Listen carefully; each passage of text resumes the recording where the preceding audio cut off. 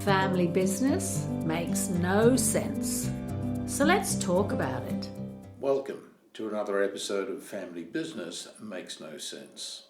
I'm Jon Kenfield, the Family Business Solutionist, broadcasting from Melbourne in Australia. Today I'm talking about disrespect, mistrust and unconscious biases. This is cause number 18 in my series of common causes of family business conflict. And we're talking about this because it actually makes no sense to mix a family with a business.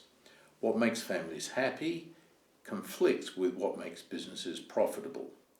But there are a lot of family businesses out there, and some of them, not by any means the majority, are very, very, very good businesses.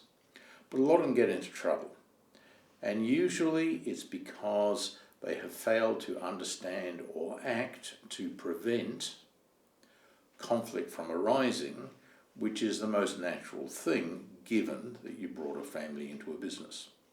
So this series is attempting to shed some light on what's going on and most importantly tell you how to deal with conflict, how to prevent it, how to resolve it if it's there, so you can make more sense out of being in a family business. Families that enjoy healthy levels of mutual respect and trust tend to have a robust, constructive, loving, nurturing family dynamic. Everything is as it should be as for a family. And these sorts of families perhaps have got the potential to work together and play together all their lives. However, conflicts do arise when the fact that they're in a family business hasn't filtered into family business best practices. Most commonly we see that happen with the lack of any clear plan that either exists or that is shared with everyone in a way that they can sign up to it and have clarity about where their lives are going and what their role is expected to be in achieving that plan. And that's what trust is all about. Trust is about having thoughts and feelings that give confidence that someone or something can be relied upon to do what they need to do and deliver an end result that's going to be good.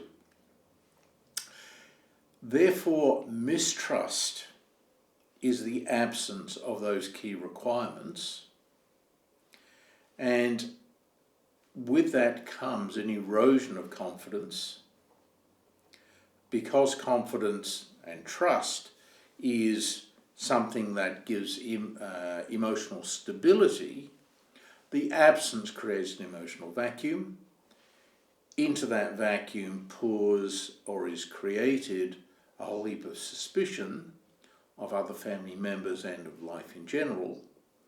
And if that's not addressed over time, it's likely to either cause a meltdown, a surrender, an exit, or a conflict. Now, one of the fundamental building blocks of trust is respect. If you don't respect somebody in the first place, you're certainly not going to be able to trust them. And respect is having a good opinion of somebody. If you have disrespect, you have a low opinion of that person, which you may show overtly by simply being disrespectful back to them, or subtly by things like body language, ignoring them, not inviting them to activities, not including them, and things like that. But what it does is wound the dignity, sense of self and sense of dignity of that person, and typically disrespect to a person, whether it's justified or not, tends to result in disrespect being pointed straight back at whoever the disrespecter is. The end result inevitably is that those people who are disrespecting each other now find it impossible to work properly together in a team. They don't collaborate well. They don't share. The communication is not transparent. They don't jointly problem solve.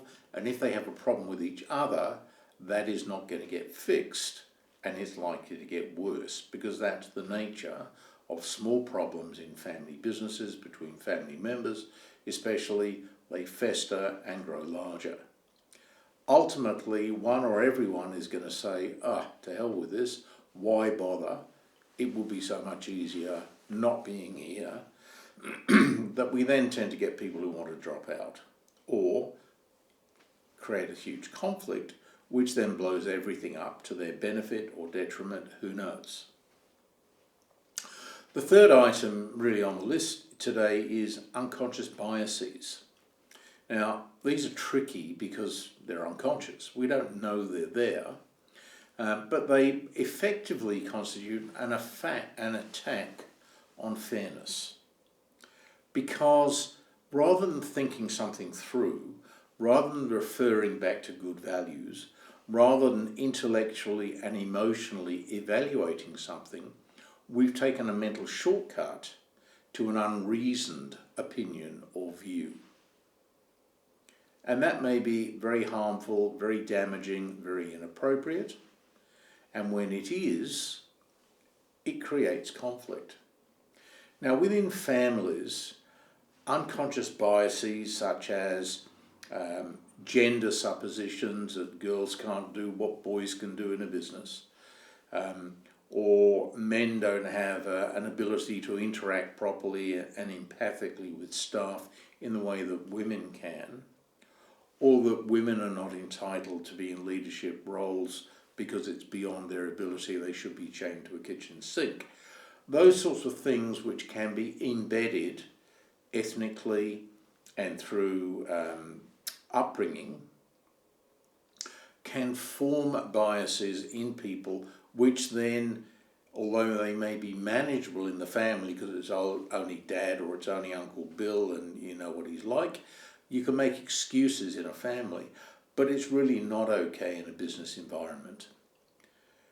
And it's not okay because it denies merit, it denies reality, it denies objectivity, and increasingly these days, it's actually physically and tangibly illegal because it may lead to discrimination, harassment, inappropriate treatment and management of staff and so forth. And that's definitely not okay.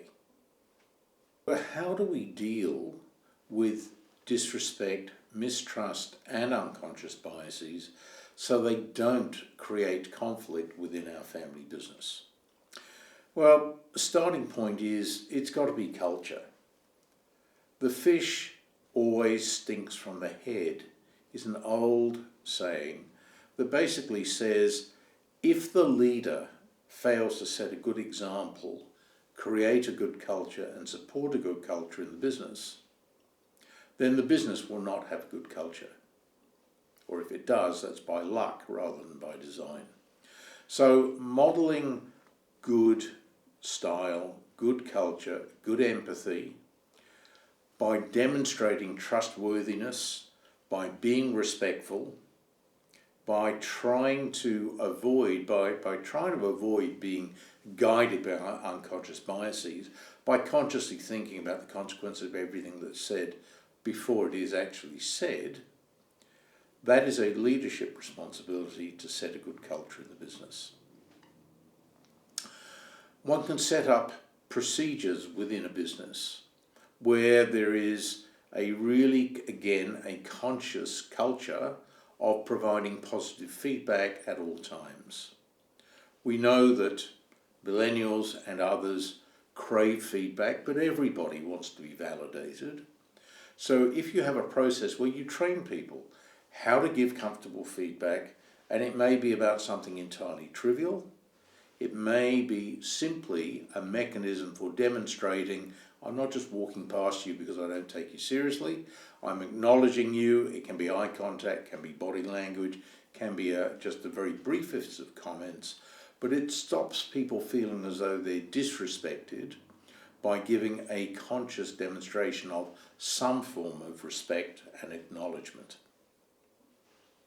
You'll get this by training people in emotional intelligence, teaching them how to demonstrate and to actually be empathic.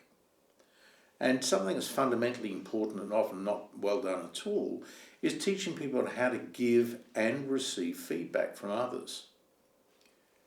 Feedback should be a positive improvement mechanism, not a criticism mechanism. And it is a very powerful tool for creating cohesive teams. And of course, if you're doing things in a respectful way, you're avoiding disrespect.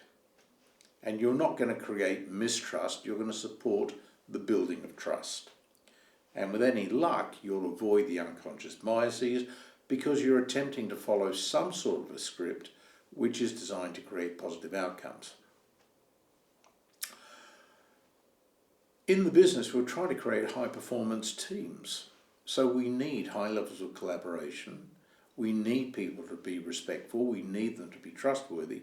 So let's work on that. Let's work on developing teams. Let's work on good leadership from the bottom of the team right to the very top of the team. And again, it'll help to avoid these three horsemen of the apocalypse, which can otherwise cause a great deal of damage and end up with a business in conflict. Ultimately, though, this is not an ad hoc event. You're going to get the best high-performing teams by creating high-trust cultures in respectful environments. And to do that and keep it sustainable over a long period of time, you need to put in good governance structures and systems.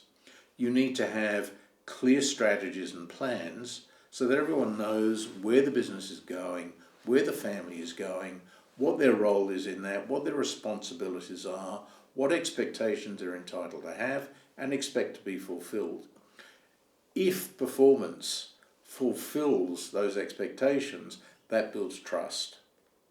If performance and broken promises leave people dissatisfied, it's a slippery slope to disrespect, which knocks one of the key supports out from trust,